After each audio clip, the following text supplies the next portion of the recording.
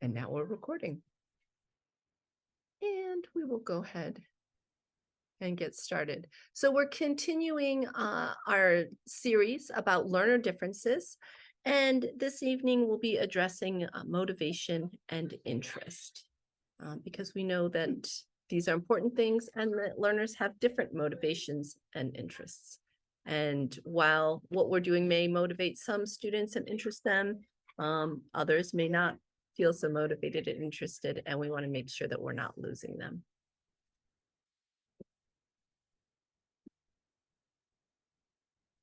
We have my individual snowflakes at the bottom here.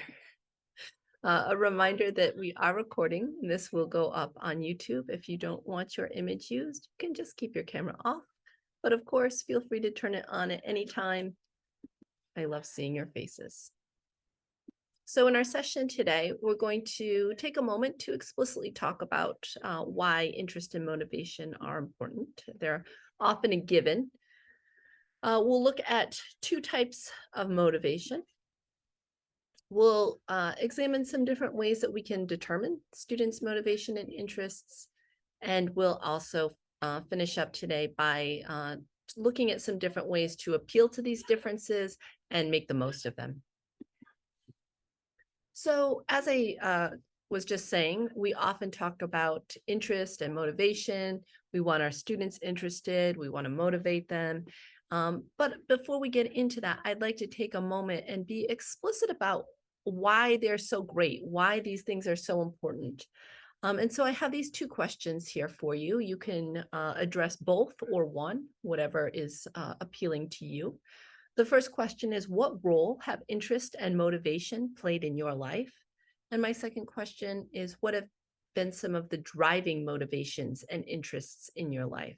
So you may notice that there are some kind of themes, some similarities, things that have driven you. You may feel free to share in the chat your ideas, thoughts, or experiences. And you may also, of course, raise your hand to speak with us and share your ideas. Just to give an example, as you know, I'm here with you. And so you might think that I was often or always interested in teaching and always motivated to be a teacher, but that's actually not true. Maybe some of you have heard this story before. I never wanted to be a teacher growing up.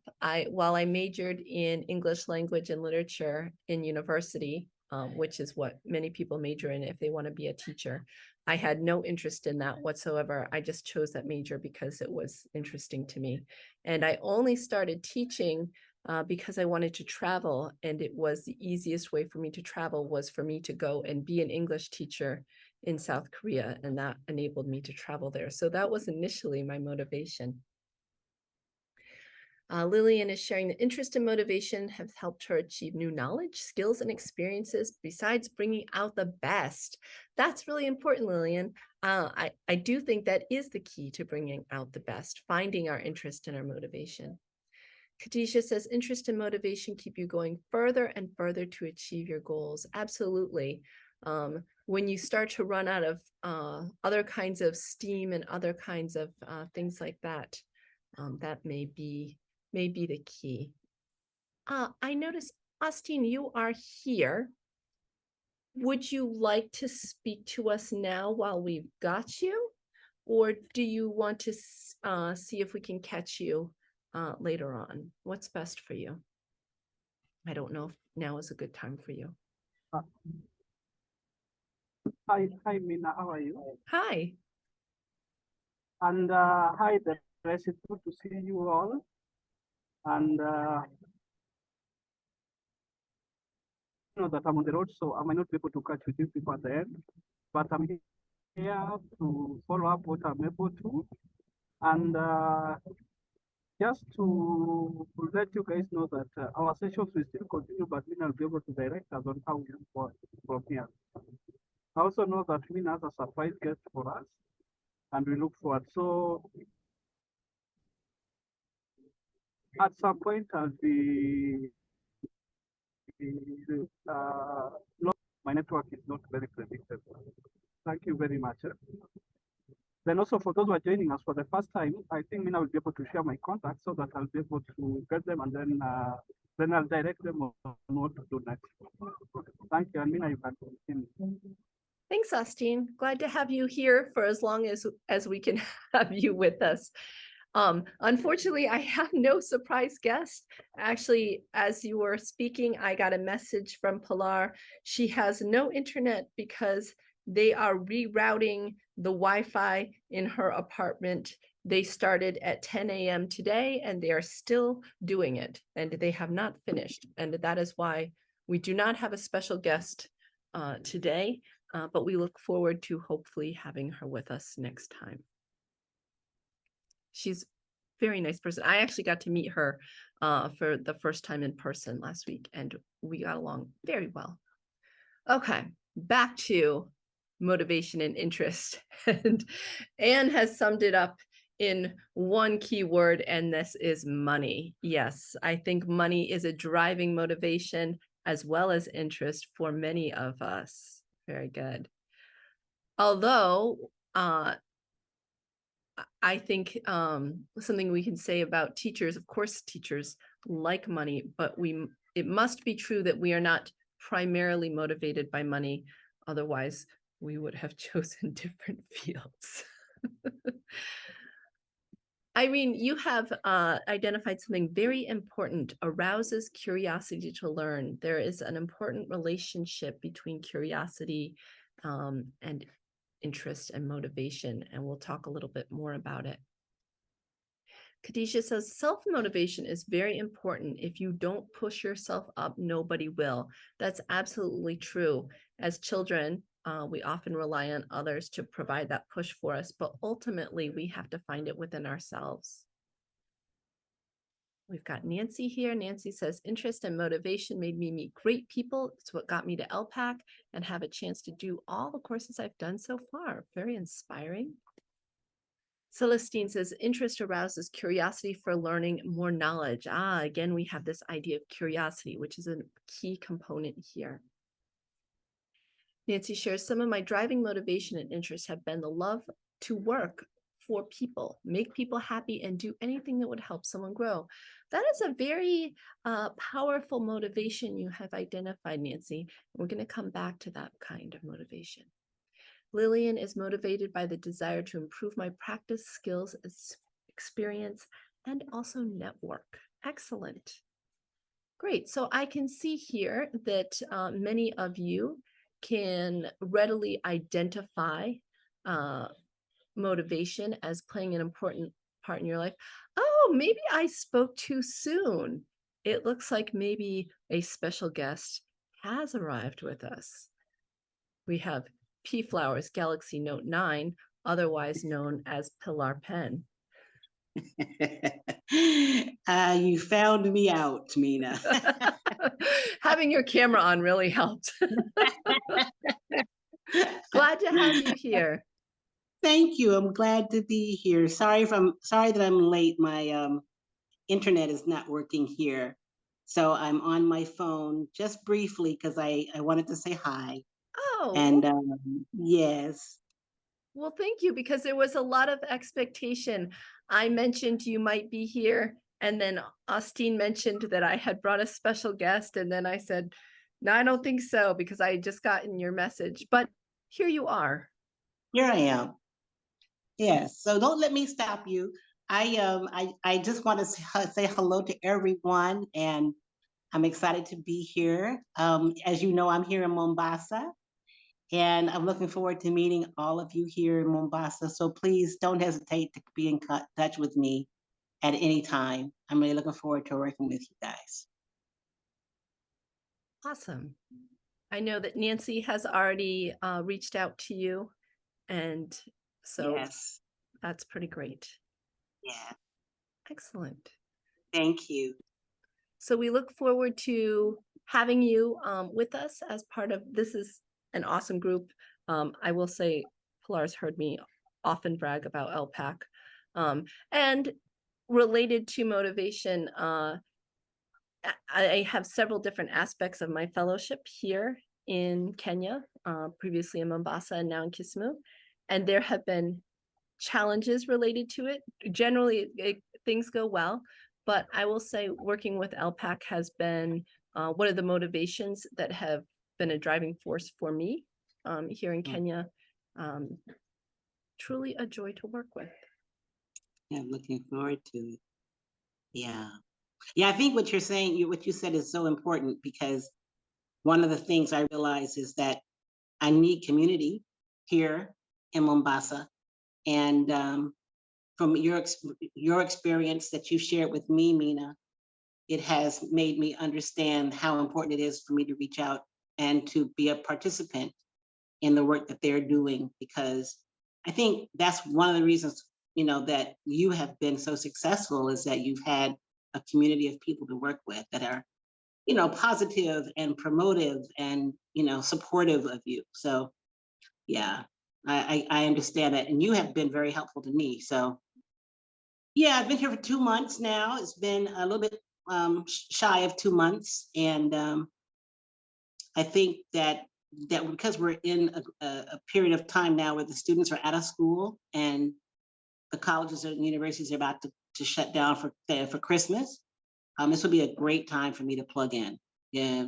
So I'm looking forward to hearing from you guys. So let me know if there's any dirty Christmas parties I can go to, or New Year's Eve parties I can attend. Let me know. That would be great. An LPAC holiday party. Yes, wouldn't that be great? That would be very motivating. Yeah. So okay, but I'm gonna get off now. I'm on my data on my phone. So if my internet comes back on miraculously, I Okay. will come back in. But right now I'm just gonna say hi and bye for now. Glad I got to show that you're an actual person, and I am here. we look forward to having you with us. Thank you, Mina. Thank you, everyone. And I hope that Austin is on there by now. And Nancy, looking forward to seeing you soon. Bye now. Take care. Yes, Pilar. yes. Thank you, Mina. Bye. I'm following everything. And I just want to let you know that, yes. And I added you to the group yesterday, LPAC group. I added you, but I said we'll first wait to get to introduce you, and then now we can take it from there. I can see my chairman is there. Chairman, you can say something and then Mina can continue. Yeah, thank you very much, Austin. Welcome back to Kenya from Rwanda. And I would like to welcome Pilar to the group, to LPAC group. Thank you very much, Pilar, for attending. Thank you. Thank Austin. you so much. Thank you so much. All right, we'll talk soon. Yeah, we'll talk Austin, soon. have safe travels.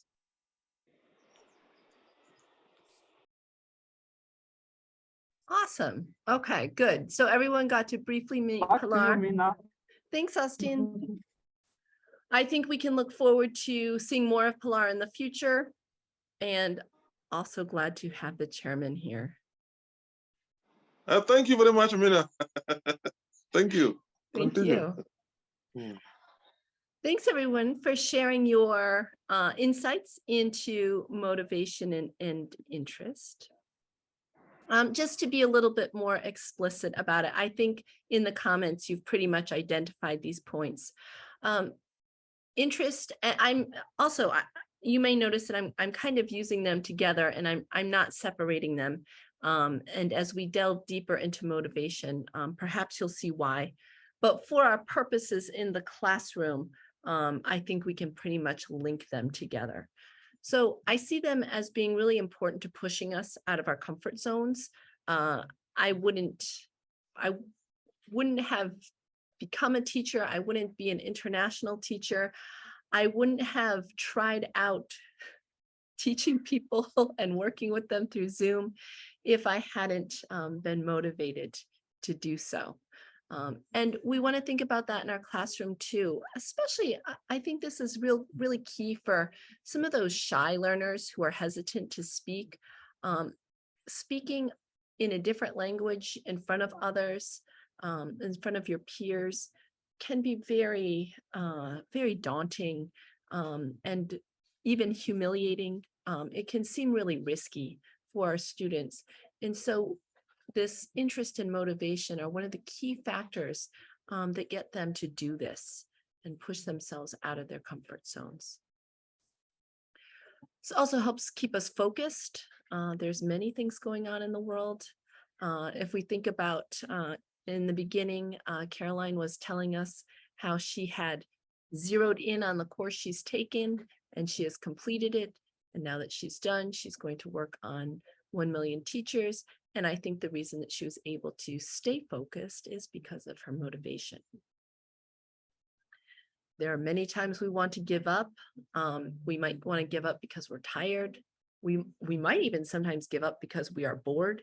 We may want to give up because the challenge is too high, but some sort of motivation can keep us going. Sometimes motivation, especially when coupled with interest, can actually make us forget that we are working. And we may find that we actually enjoy the task that we're working on. This is often referred to as flow. Flow is when you are working on a task and you're so in it that the outside world doesn't seem to exist, and you really feel like you're at one with the work that you're doing, and it actually becomes a pleasure.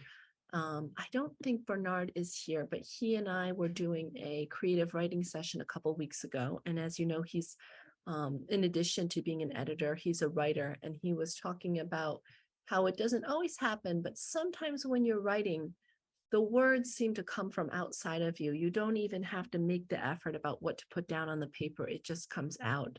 And this is an example of flow. Oops. Another thing is that when we are interested and motivated, the work that we do is a source of pride and enjoyment. And so oftentimes we think about work and pleasure being separate.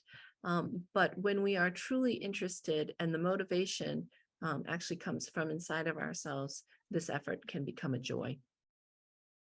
And then just to be a little bit more academic, from one of the articles I was looking at, I thought this was a good and important quote, that without sufficient motivation, even individuals with the most remarkable abilities cannot accomplish long-term goals.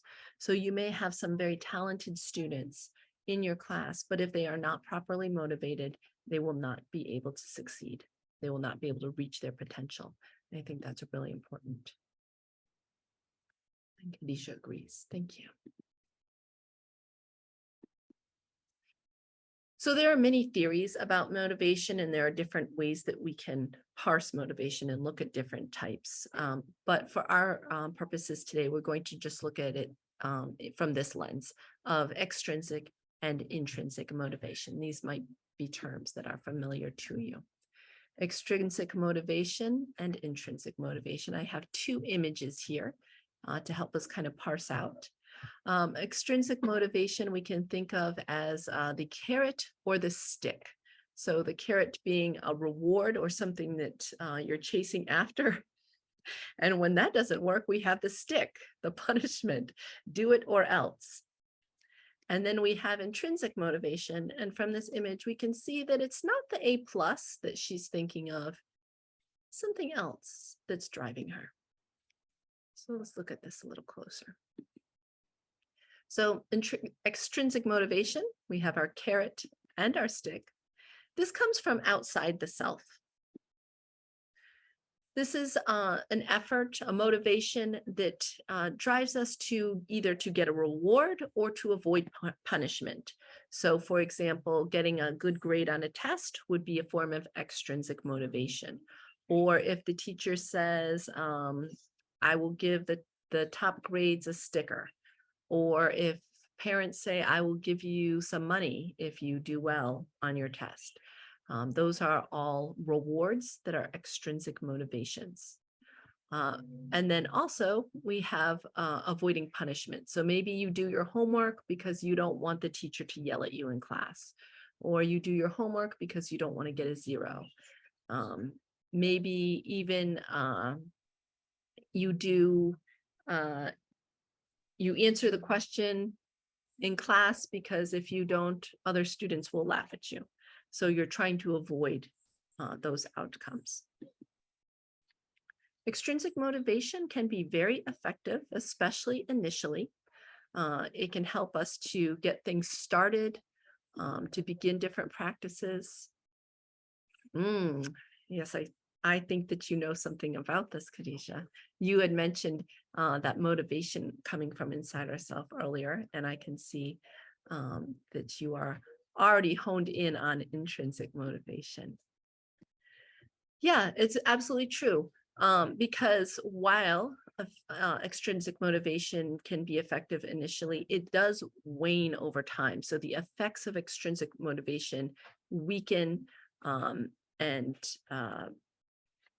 disappear over time. They do not last. Intrinsic motivation coming from inside the self. That may seem strange unless we look at it a little more. So basically, intrinsic motivation is learning itself or the effort itself. So if we're talking about the classroom, if you're studying not because of your grades, not because of your parents promised you money, not because you want to go to a good school, because you are actually interested in what you're studying, and whatever it is you're doing is actually, it's a pleasure just by itself. This is intrinsic motivation. This is a very powerful form of motivation. It's the most powerful form of motivation, but it's not as easy to manipulate, predict, and kind of take advantage of in the way that extrinsic motivation is.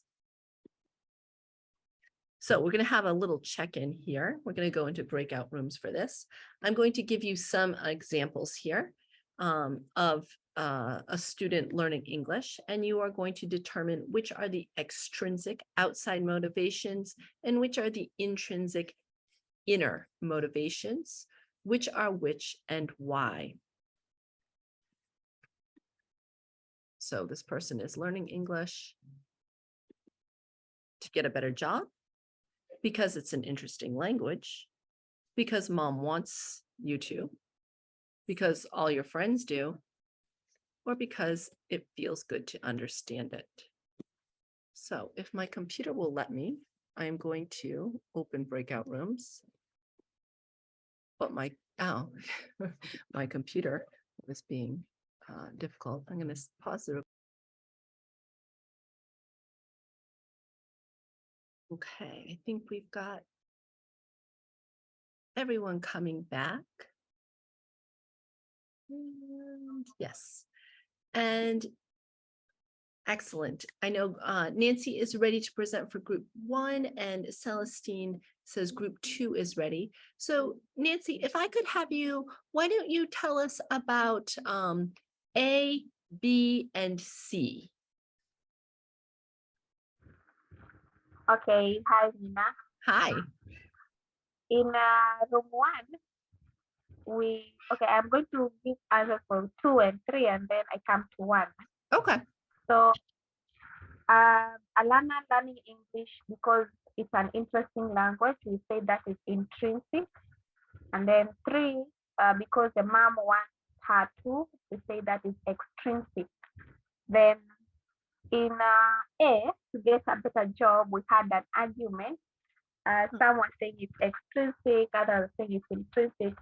So the argument on extrinsic is that because a job is an external force, and then the one saying it's intrinsic, they're saying that because this person wants to achieve, to get a good job, then they're going to be intrinsically motivated to get the good job. So we didn't finish the argument, the room was cut off. So we had the argument, whether it's intrinsic or extrinsic. Oh, very interesting. Thank you for presenting both sides of that. You've brought up something I didn't really think about. Let's see what others say, and we'll come back to this. Celestine, you said you're ready for group 2. So Celestine, can I have you talk about D and E? And then also, can you tell us what your group said about A? Hello, everyone. Okay, I'll go straight to D and A before I come back to A. D, Sounds because all your friends do. we said that that is extrinsic. You're not doing it because you love it. You're doing it because everyone else is doing it. And so the motivation is not coming from inside you really. It's because your friends are doing it. E, because it feels good to understand it. That is intrinsic. The motivation is coming from inside you. You want to understand, you want to learn English to understand so that you feel good when you're speaking to your friends, when you're teaching other people in English. So that is an intrinsic motivation. Well, about A, to get a better job, we concluded that it was extrinsic because this person or this learner is learning English because there's a reward after learning. There's a reward after school. You know that you're going to get a job after you complete your studies. Just like you knew that you will travel to South Korea after your studies, and so you learned, you worked hard for you to, yeah, go to South Korea. So we concluded that it was extrinsic. Thank you. Thank you very much. Those very clear explanations. Josiah, I see you have your hand up. Do you want to add to this debate about A, or tell us something more about one of the others? Yes, well, can you hear me? Yes. Yes, fine. So now I was in group 1 and I was the one who was differing a bit because I felt the learner learning English for a job. It means if there was no job after the learning, he or she will not participate in the learning. So I felt that was extrinsic. The motivation factor is outside. So, for instance, if they are not going to get a job, this person will not learn that language. So I strongly feel that I support I forgot the name, the person has just spoken, that is extrinsic. Okay. Yes, thank you. Thank you. So I will say that that was also my reaction. These are the answers as I saw them here. Oh, I see we have another hand up here. Nancy, you want to add to that? Yes, Mina. On my side, I looked at A as intrinsic.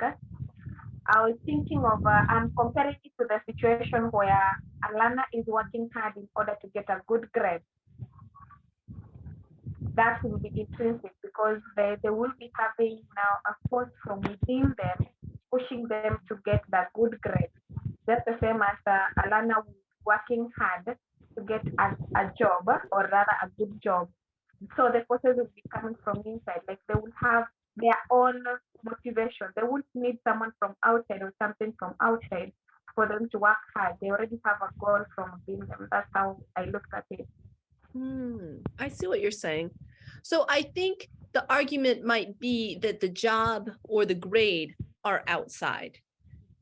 So in that way, we could look at it as extrinsic. However, I can see an argument here. If this job is your dream job, and that job is like, I don't know, like deeply nestled inside you, then I think we may have some intrinsic motivation too, because you're interested in that job, you're probably interested in the field, and so that studying may take on an intrinsic quality to it. I think generally speaking, it's extrinsic because it is outside the self, whereas this interest and this feeling are inside the self. However, I do agree that there might be an intrinsic nature to it, if that makes sense.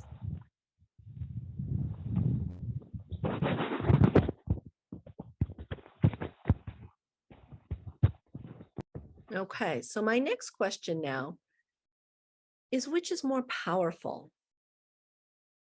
And I think I know what Khadijah's response will be. Katisha, feel free if you want to explain. I know you've been advocating for intrinsic. I also welcome other voices as well. You may use the chat, or you can raise your hand and speak to us. Which is the more powerful motivator? Josiah, go ahead.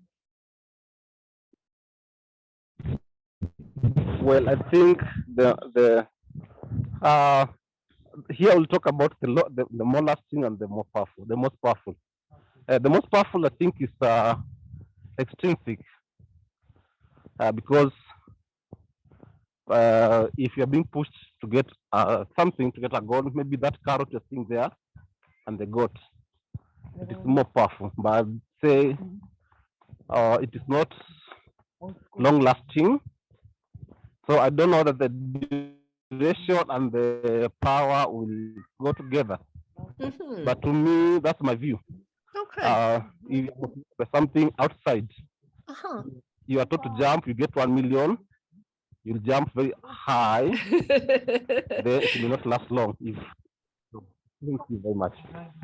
Thank you. Celestine, I saw your hand up briefly and then it disappeared. Would you like to share with us? Sure.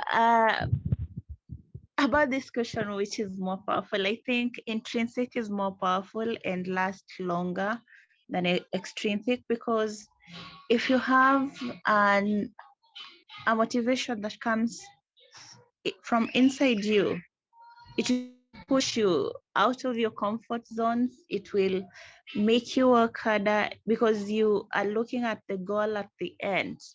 With extrinsic, it will be there as long as the reward is there, or it will be there as long as you know there's a punishment that is there if you do not complete that task. So extrinsic will last a shorter period and will have minimal results compared to intrinsic, which is going to last even a lifetime and will have enormous results. Thank you. Thank you. Thank you for sharing your ideas, Josiah and Celestine. All right, so as I predicted, Khadijah definitely would choose intrinsic. From the get-go, she has been advocating for this. So she says in the chat that it's more powerful because we're motivated by personal satisfaction or enjoyment instead of external factors like reward or punishment. So I think this kind of goes with what Celestine was just saying. The motivation can go away when the reward or the punishment is removed. Anne agrees and says intrinsic because self-motivation is a powerful force. Sounds like someone who has experienced this.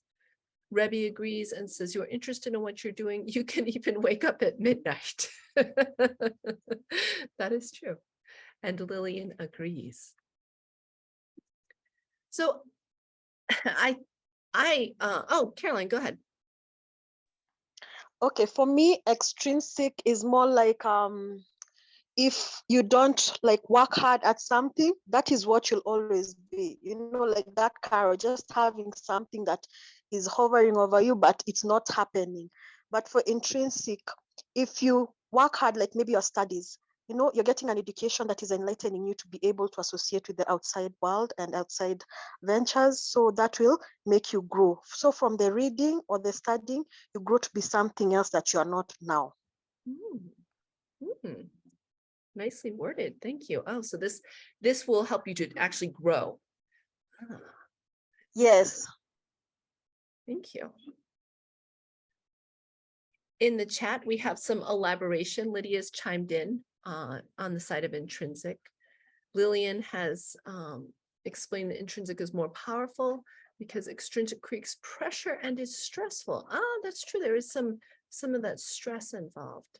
Anne says an example are the many who start postgraduate degrees because of societal pressures, but if the motivation is from within, then you will actually finish.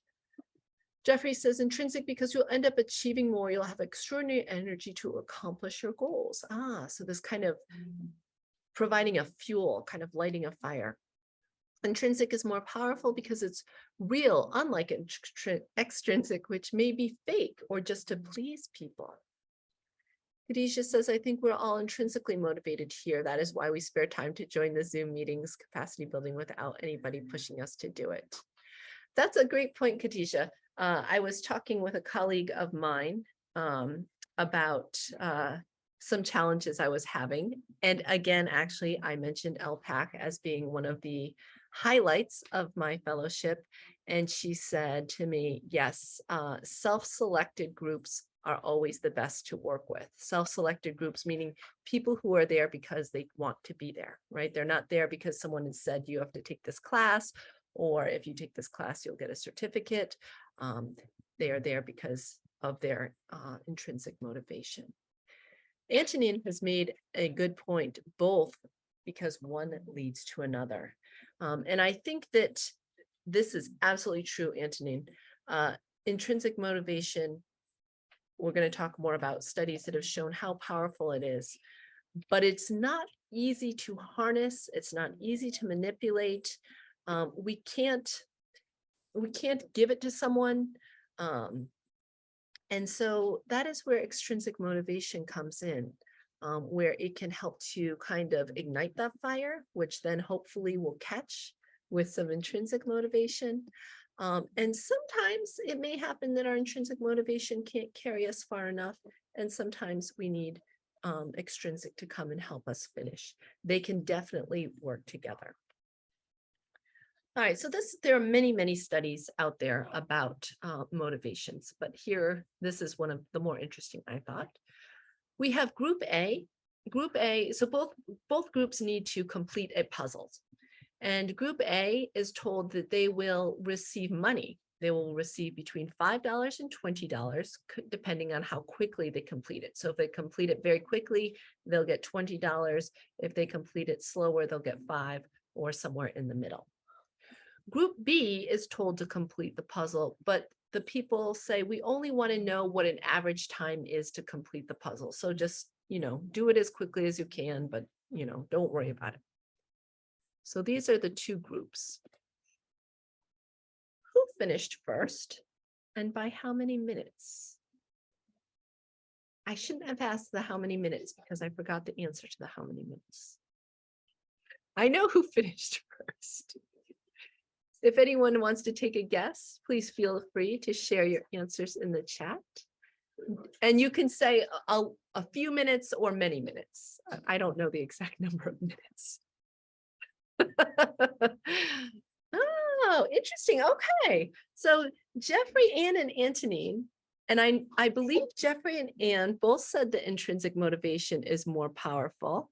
And I know Khadijah said it too.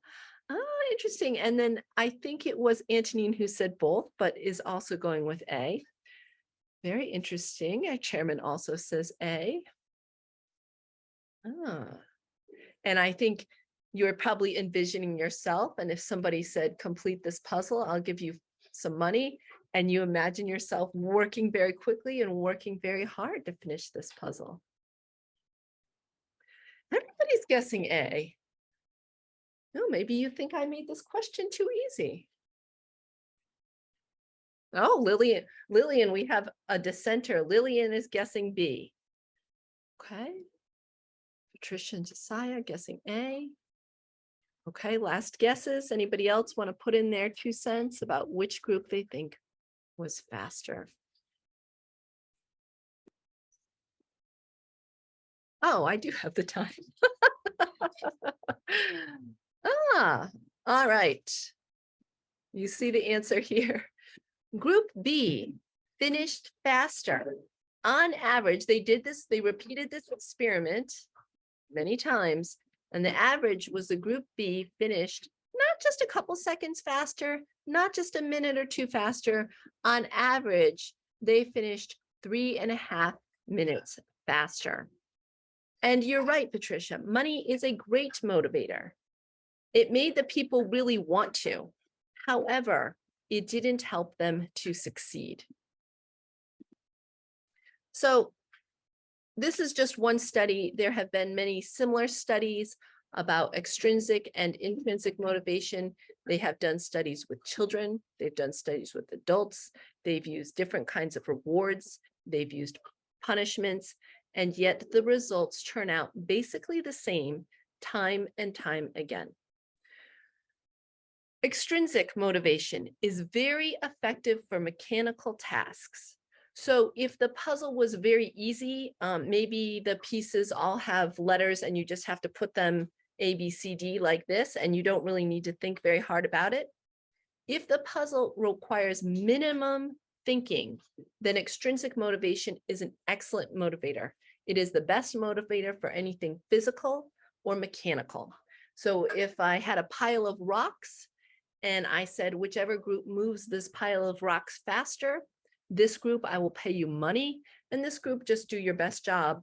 Because it is a physical task, then an intrinsic motivation will be effective. The group that is getting paid will move the rocks much faster than the other group. However, anytime you bring in a degree of cognitive ability, so having to think, use critical thinking, or creativity, extrinsic motivation will lose every single time. Extrinsic motivation yields short-term results. So other studies that have been done, like memorizing vocabulary, the group with extrinsic motivation tended to do well on tests that were given the next day. However, when the test was repeated after a week or a month, the group that was intrinsically motivated had better results. In fact, they found that intrinsic motivation can undermine intrinsic motivation. So when someone is intrinsically motivated, but then also becomes extrinsically motivated, once the extrinsic motivation is removed, they may lose their intrinsic motivation as well.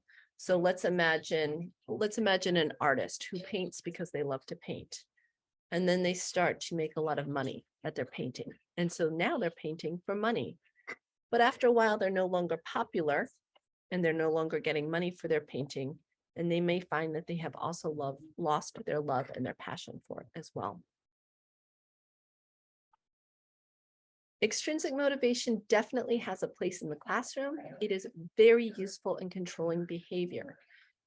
If you give a homework assignment, most of your students will not do it for intrinsic reasons. You may have a couple who do, but generally they won't. And if we want them to learn, then we need to have rewards or punishments.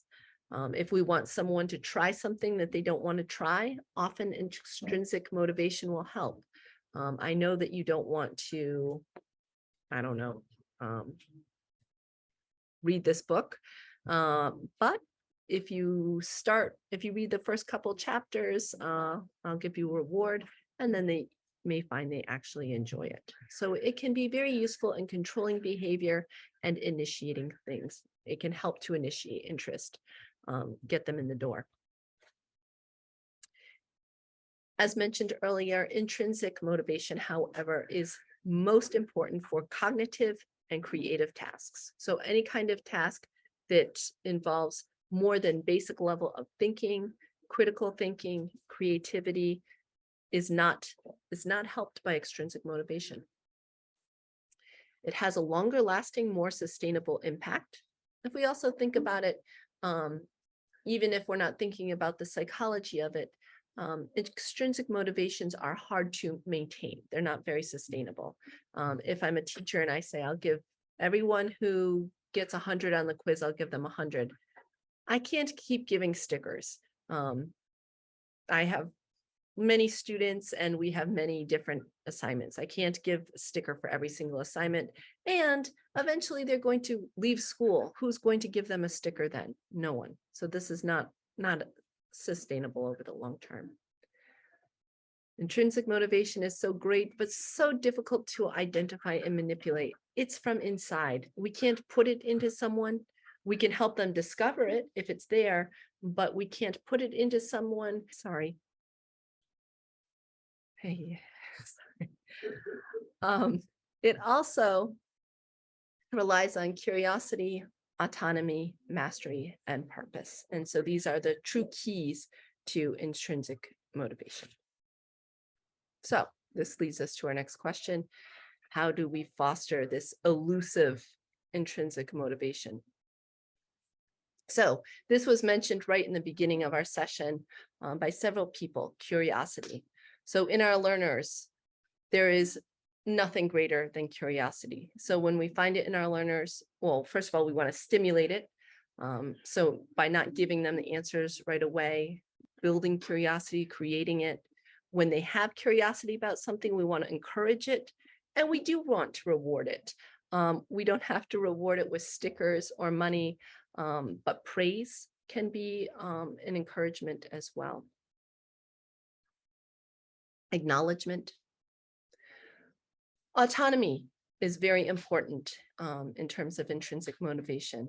Autonomy is this ability to self-determine, to control ourselves. And so we can do this by offering choices when possible, and also encouraging self-assessment. It doesn't need to be formalized, but encouraging our learners to look at themselves, their own growth, and being aware of it, that as students, that they are not always just relying on the teachers to tell them if they've done it well, to tell them if they've done it correctly, to tell them if they've improved. We need to build this ability within our learners to be able to make that determination for themselves. Ultimately, they need to take responsibility for their own learning. We want students who can learn outside of the classroom, who when they leave our secondary schools, where they have a lot less guidance, that they can still continue to grow and still continue to learn without someone kind of hovering over them and making sure they do everything. Mastery is also another part of intrinsic motivation. Mastery, when we master a skill or an ability. When somebody masters something or begins to show mastery, we want to celebrate this. We want to support our learners in their strengths and help them to attain mastery. And then finally, purpose.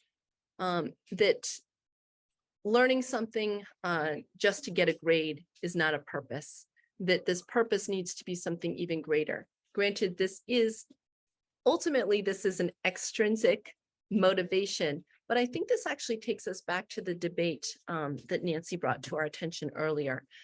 Something like getting a better job or getting your dream job. It is something outside of yourself, but it's something that's connected inside yourself. And so having this sense of purpose, that by studying this thing can help you to realize this dream that is outside but has an internal connection. This greater purpose can really help us to foster intrinsic motivation. Edward Deci is one of the premier scholars who has looked into motivation. I could be wrong. I believe he might even be one of the initial people to coin these terms, intrinsic and extrinsic motivation. But what he says here is that intrinsically motivated behaviors are aimed at bringing about certain internally rewarding consequences, namely feeling of competence and self-determination. And I feel that competence is another word for mastery. So I don't know, think about if you, well, all of you have mastered English, but what a great feeling it is when you start to be able to communicate in another language, or if you take up a sport and you start to be able to actually really do it. It's such a great feeling. So this is this mastery competence feeling. And then self-determination, this is this autonomy where we get to control ourselves. We get to control how we do things, to what extent we do them, rather than having it pushed on us by someone else. So how do we identify students' interests and motivations? Sometimes this can be very easy. I believe that generally in Kenyan schools that you stay with the same group of students and you continue on with them year after year. And so you really get to know them. This may not always be the case for one reason or another. You may find yourself in other contexts, or you may have students who are just really hard to get to know. So I have some activities here and strategies, and we'll look closely at some of them, and some of them we'll just talk about briefly. The first one is one of my favorite activities that I use often as an icebreaker, or trying to get to know, maybe there's a topic that I haven't really discussed with students and I'm not sure how they feel about it. It's called Vote with Your Body. Actually, I just did this last week in Nairobi with the Access students. So Nancy was there. Oh, actually, no, I'm sorry. I did Four Corners. Vote with Your Body is a little bit different. So Vote with Your Body, you might put some signs up in your classroom. On one side, you have totally agree. And on the other side, you have totally disagree. And then you have signs in the middle. And you might even have a sign in the middle that says, not sure. It's up to you. And then you propose whatever topic it is to your class. Oh, wait a second. Okay. So for example, maybe you start with something easy, like a warm up here. It's important to eat ugali every day. So just curious, you can share in the chat. Do you totally agree, disagree, or totally disagree? We cannot do Vote with Your Body because we are in a virtual context, but I can still find out if you think this is true. It's important to eat ugali every day. And Tiberius, I saw you were here and I want you to know this question I made because of you. I know you have strong feelings about eating ugali every day. Anne disagrees. Not strongly, but she disagrees. We do not need to eat it. It's not important to eat it every day. Oh, Audrey totally disagrees. Oh, we have some strong feelings. It's not important to eat it every day. Interesting. Another disagree.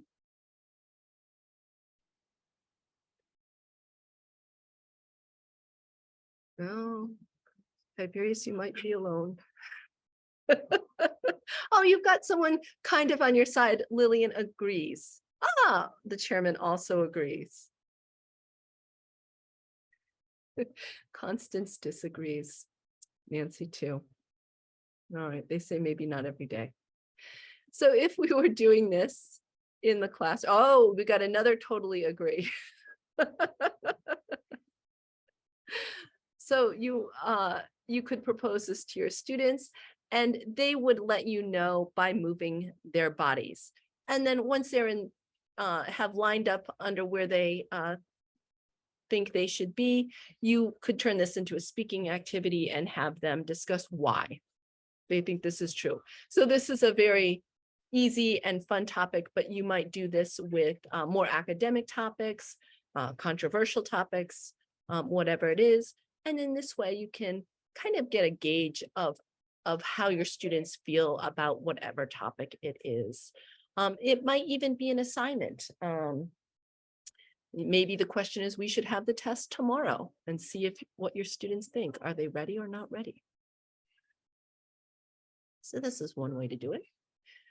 Four Corners is what I was talking about earlier that I did last week. So Four Corners is similar to Vote with Your Body in that you move your body to reflect your opinion.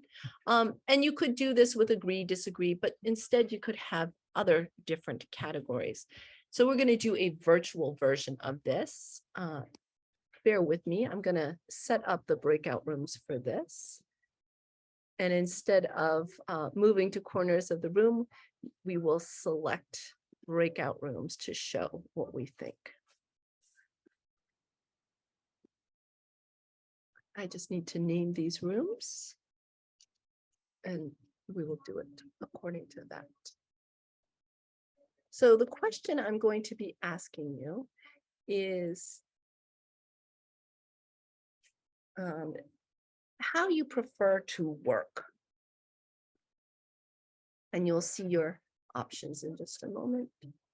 There will only be 4 options for this because there are 4 corners to the room.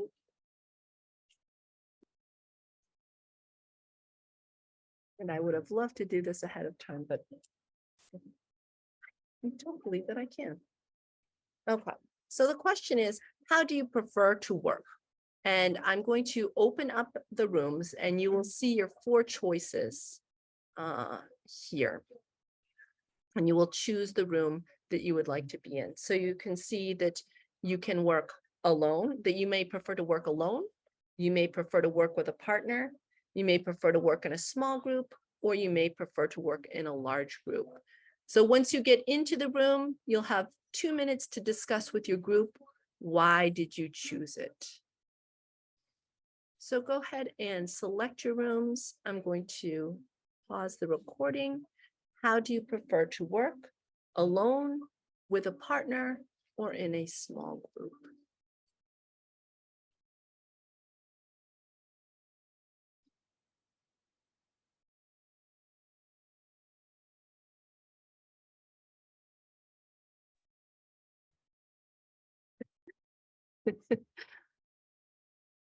I see that the two in the partners room came back quickly because they probably had a chance to say everything they needed to say. And Me- these small, Oh, sorry. go ahead.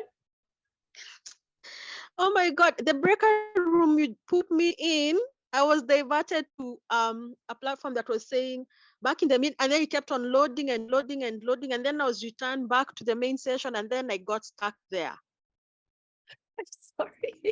No, Oh, it's okay. you traveled around. Yes, a lot, a lot. I wondered because I saw that in the end, only Antonine and Lillian were in the partner room. And then I thought, oh, what happened to Caroline? And I didn't see you anywhere. Oh, I tried, I was like, what is going on? And then I said, let me go back the meeting. Returning to main session is just rotating, rotating, rotating, Oh. nothing. that's Yes. sorry about that. Luckily, if you do this in a classroom, you won't have that problem. Ah, it's okay. So ironically, the small group turned into a giant group. Most of you I see like to work in small groups. We're not going to share here because of time. Somehow it's already 6:15. So we're going to keep going, but just so you can see, so let's imagine this picture is my classroom. This would be working alone, partner, small group, large group, and then students could talk about why, and the teacher would probably make some note, okay, this is how my students like to work. But you could vary the topics. Maybe you're not sure what you want for a writing topic, so you want to see what students are most interested in. We can also do surveys and questionnaires with classes, not where you do the survey, but students do surveys on different topics. And then the teacher doesn't have to look at every single result, but the teacher can glance at results and notice trends. Okay, what kinds of things are students interested in? Or maybe that quiet student who you never hear from, you can see what they've put for their survey and finally get to see. Journaling is also a great way to learn about students. When I think about high school and university, my writing teachers were always the teachers I was closest with because they read my writing. They knew me the best, as opposed to my math teacher. I know many of you have 60, 80 students, so of course you can't read every single journal, but you might flip through journals now and then. And see what kinds of things are students thinking about, what kinds of things are they passionate about. And when possible, giving students choices. Right? Giving students choices helps them to feel that they're not doing something because they're forced to, that they're exercising some choice. And this has a big motivator for intrinsic motivation. Now, I also want to say that what I'm talking about here isn't just intrinsic motivation. These things will help with intrinsic motivation, but what we're talking about here is these diverse motivations. Your students have diverse intrinsic motivations and they have diverse extrinsic motivations as well. And these are some activities though that can help you kind of figure out what those are so that you can better appeal to them. Now, how do we appeal to these different interests and motivations? Again, we have choice. We'll look a little bit more at choice. Choice is many things. So choice may be in the topic. Maybe you have a writing topic or reading topic. And so it doesn't mean that they have all the choices, but maybe you have at least 3 different choices they can choose from. Personally, if it's writing or speaking, I like to have different choices because I don't want to read 60 or 80 paragraphs about the same topic. I don't want to hear a bunch of presentations or speeches on the same topic. So that can make a big difference for the teacher as well. You can also have a choice in the type of activity. Either students are voting or maybe different students do different things. Maybe some students want to do a writing activity. Maybe some want to do something a little more creative that involves drawing. This also applies to product. If you have, for example, a final project, you might give a choice of product. Students can make a video, they can make a song, they can make a poster, they can make an essay, different outlets to show what they have learned and accomplished. When possible, you may give them a choice of partner, or whether they want to work alone, or maybe they want to work in a small group. You might be able to give them a choice of an end product. You might say, okay, when you get here, you can finish. If you want to continue, you can get to here. Maybe you're reading a long book and students can finish it if they'd like, but maybe you say, okay, you have to at least read to page 150, something like that.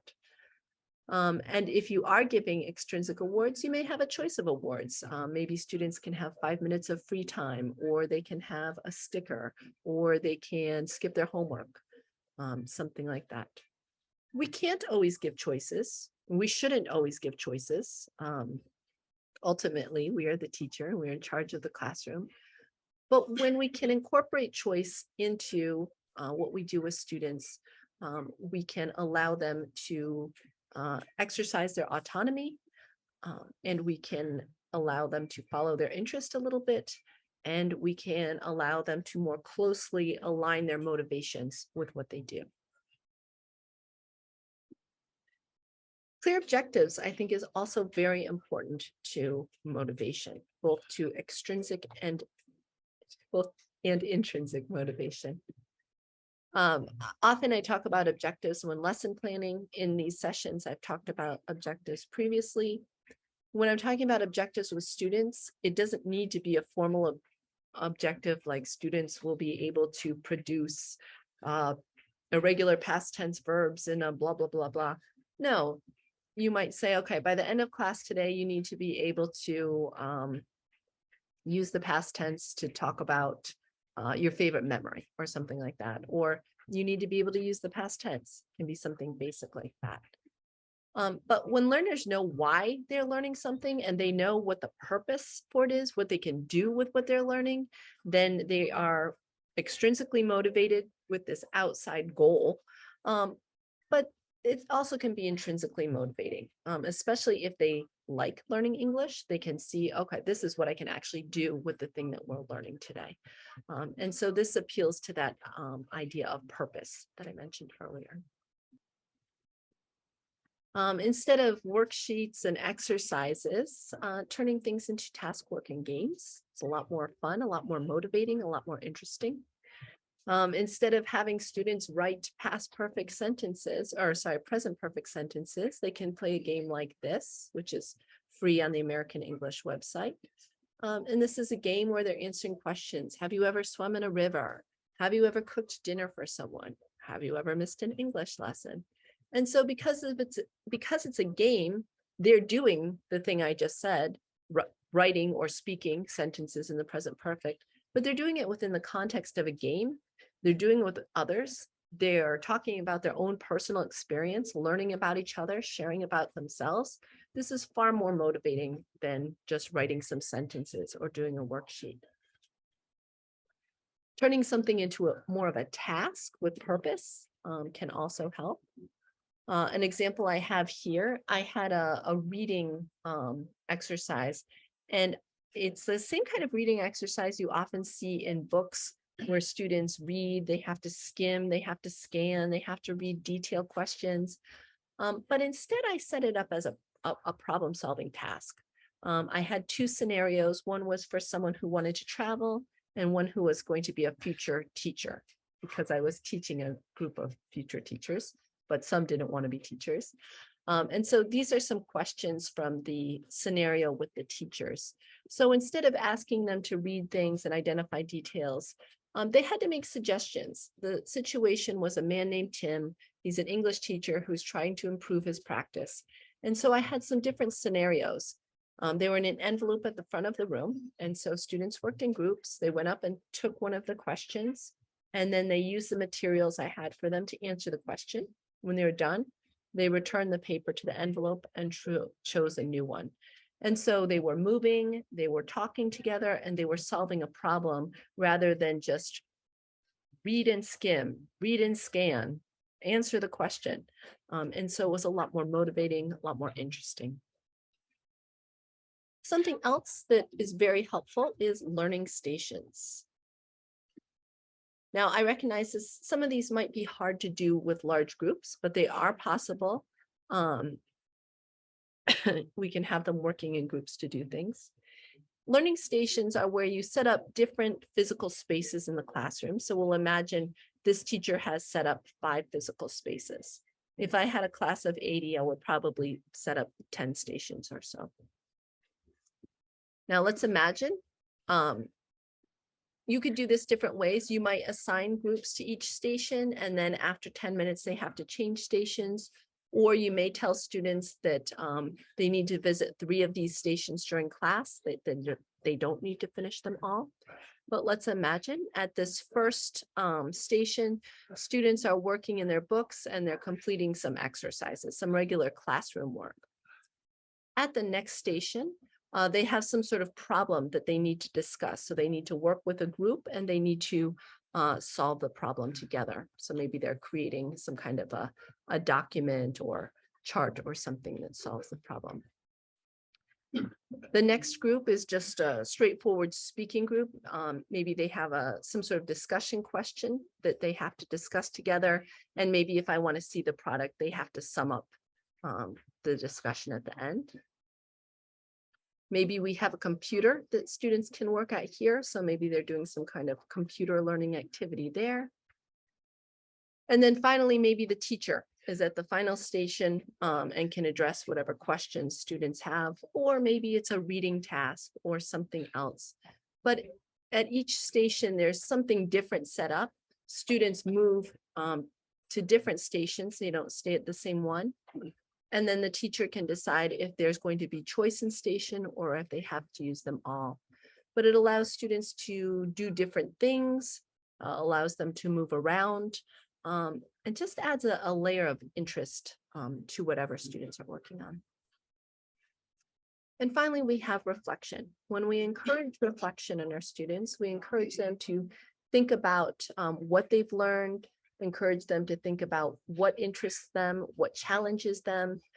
When we encourage them to think about their learning, then we are also strengthening their intrinsic motivation, and we are strengthening their autonomy. And so that is how we're going to end today's session, with a little bit of reflection. What is something you enjoyed in today's session or in some other part of your day? And how can you use the thing you enjoyed either in our session or in some other part of your day-to-day? How can you use that in another area of your life so that whatever it is that you enjoy doesn't just stay here and now you go cook dinner or eat dinner or do whatever, but you think about where is that going to pop up again in your life? I encourage you to use the chat to answer. Of course, you can also raise your hand to speak. And while you're thinking, I'm going to turn on this light so that you can see me.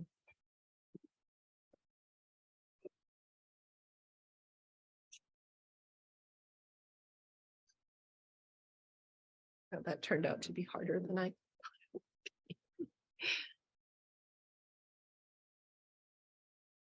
So something that you enjoyed today or some other part of your day, and how you can use that in other areas of your life.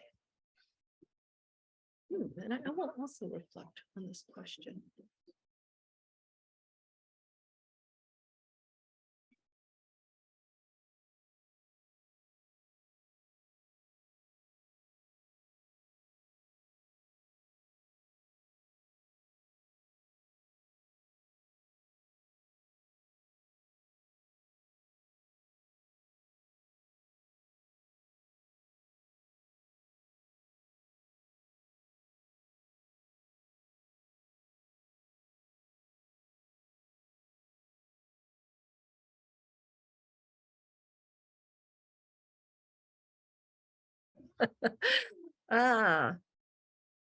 Audrey says, I've enjoyed the topic. It's both extrinsic and intrinsic because I'm going to sit for my psychology paper tomorrow. So hopefully intrinsically interesting to you, but also has a purpose with your paper tomorrow. Excellent. I have also enjoyed today's session. I pretty much always enjoy our sessions because of the participation of this group, and your very honest, open, and insightful comments. Khadijah says, I enjoyed every part of the session, especially when we were looking at extrinsic and intrinsic motivation. Yeah, I find them very fascinating.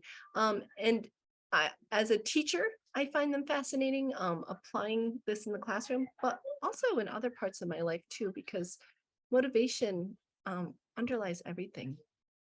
Oh, Antonine, using Learning Station, it discourages boredom in the class. Absolutely. Antonine, I love Learning Stations. I'm very passionate about them.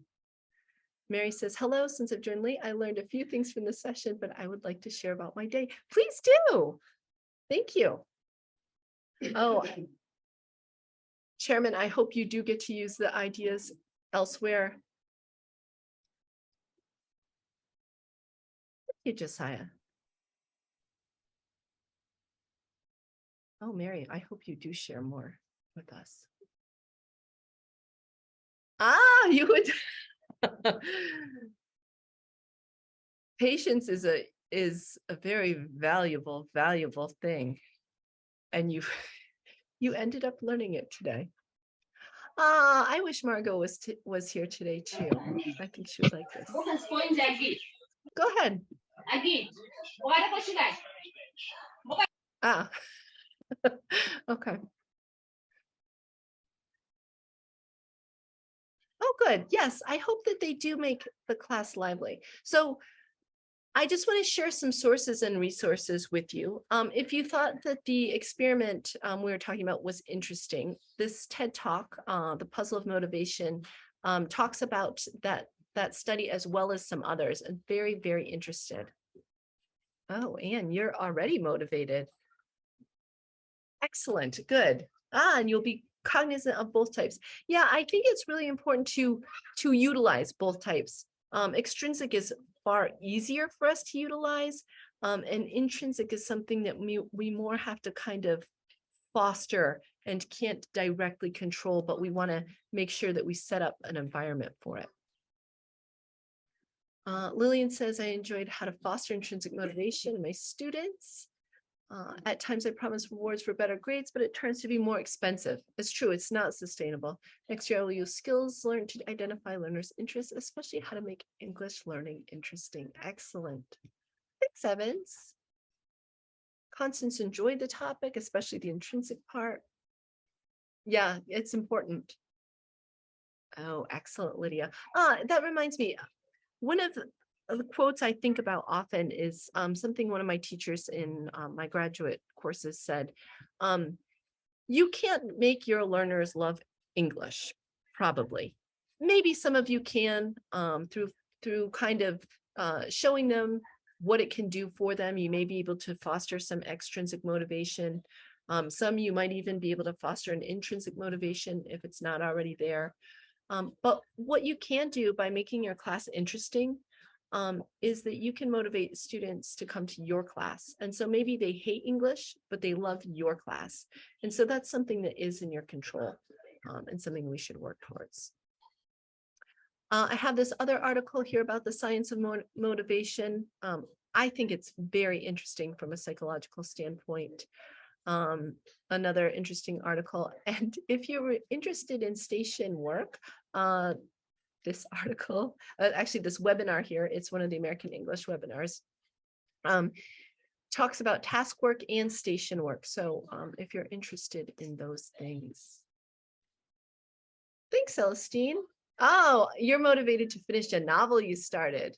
Excellent. And you will use the knowledge with your students. Very good. Oh, excellent. Antonine, I recommend, if you mean by breakout rooms, the stations, check this out, or you can also Google learning stations and you'll see some really interesting stuff about it. There's many different ways to do it. it's challenging with a large group, but it definitely can be done. And it is a lot of fun. So we're going on holiday break. So I won't be seeing you again until next year. I'm thinking that a good time for us to meet back would be January 10th. Just because January 3rd is so close after the New Year's holiday. I would love an extra week to get myself together. So if it's okay with everybody, we'll plan on meeting back on January 10th. It is our last session of 2022, because if we were to meet again in 2 weeks, it puts us pretty close to Christmas. And I may already be out of town, and a lot of people will be back in their hometowns and out of contact. I don't know if he's here. Let me see if I can find it. Thanks, Josiah. We will be continuing with learner differences. We'll be looking at learner differences in terms of ability and levels, and then we'll be looking at learner differences in terms of disability and special needs. And let me see if I can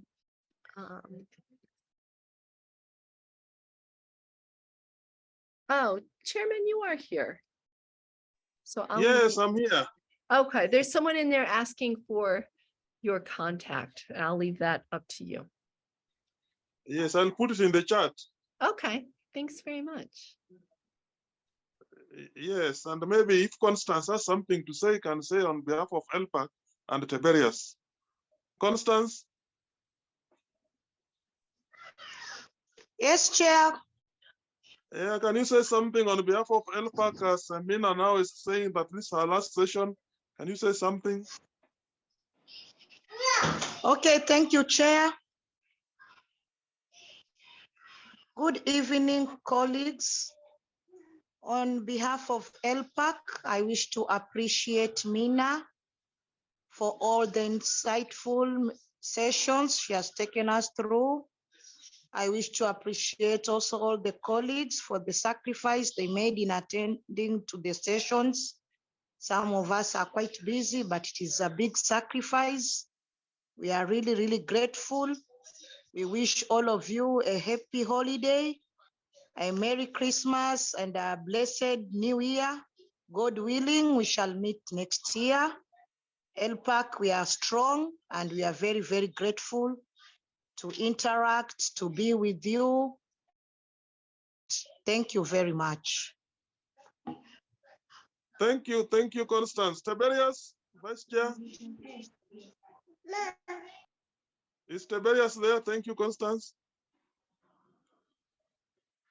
Tiberius?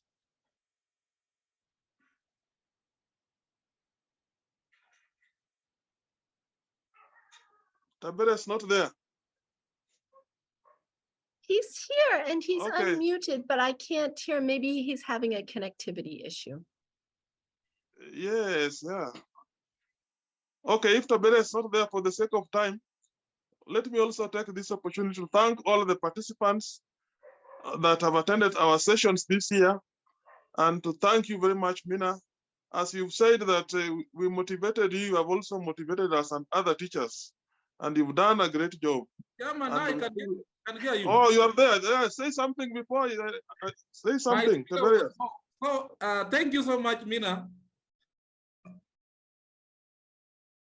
And for that wonderful presentation. I've learned a lot about intrinsic motivation. I look forward to using it back in school. Thank you, participants also.